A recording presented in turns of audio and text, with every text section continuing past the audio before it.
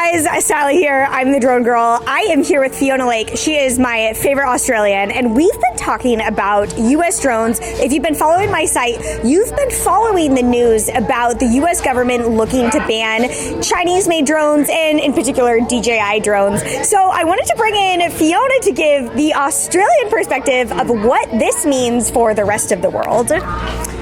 Yeah, because it's the largest consumer drone market here, I'm presuming, I would say.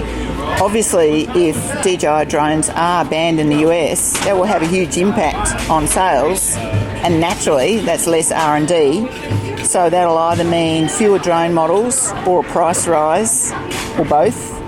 For the rest of the planet, effectively. Yeah. It will have a huge impact. Yeah, it's really interesting because here in the US, I'm a US consumer, and I think about how this will raise prices for us, and I figure, oh, maybe I'll just go to Australia and buy a drone there, but it sounds like that's not the case. Well, no. Well, actually, it would be a good option because at the moment we only get 62 US cents for every dollar we hand over, so the exchange rate is in your favour, so that could work.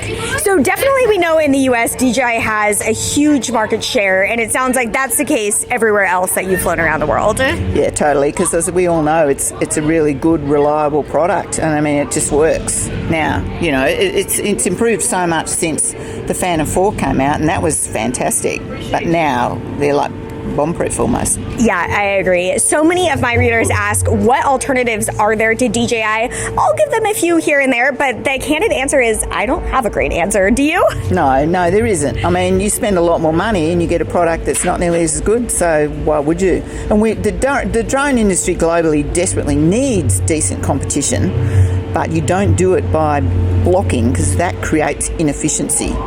It does not create an affordable product that's good quality. It actually has the reverse effect.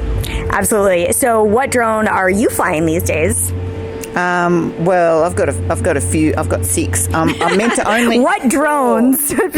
Yeah, I'm meant to only have 4, and my little rule is I'm meant to sell one before I buy another one. But of course, I don't stick to that. My favourite is actually the Mavic 3T, because I just love thermal.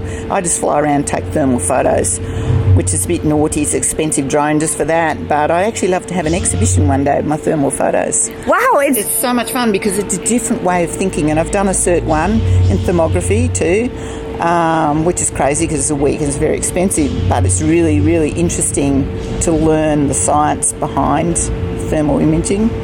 So I love it because as a photographer since the 70s, it teaches you a different way of thinking. Totally. I've never thought about thermal images as artistic photos, and I love that. Where can people find your photos and your work? Well, just online. If they Google Fiona Lake drones or photography or something, you know, Australia, I'll come up. There's lots of Fiona Lakes, but I'm the only one in this field. You're the only one who matters, and we'll link to that down below. Thanks so much for joining me. Righto, no, thanks very much, Sally. See ya.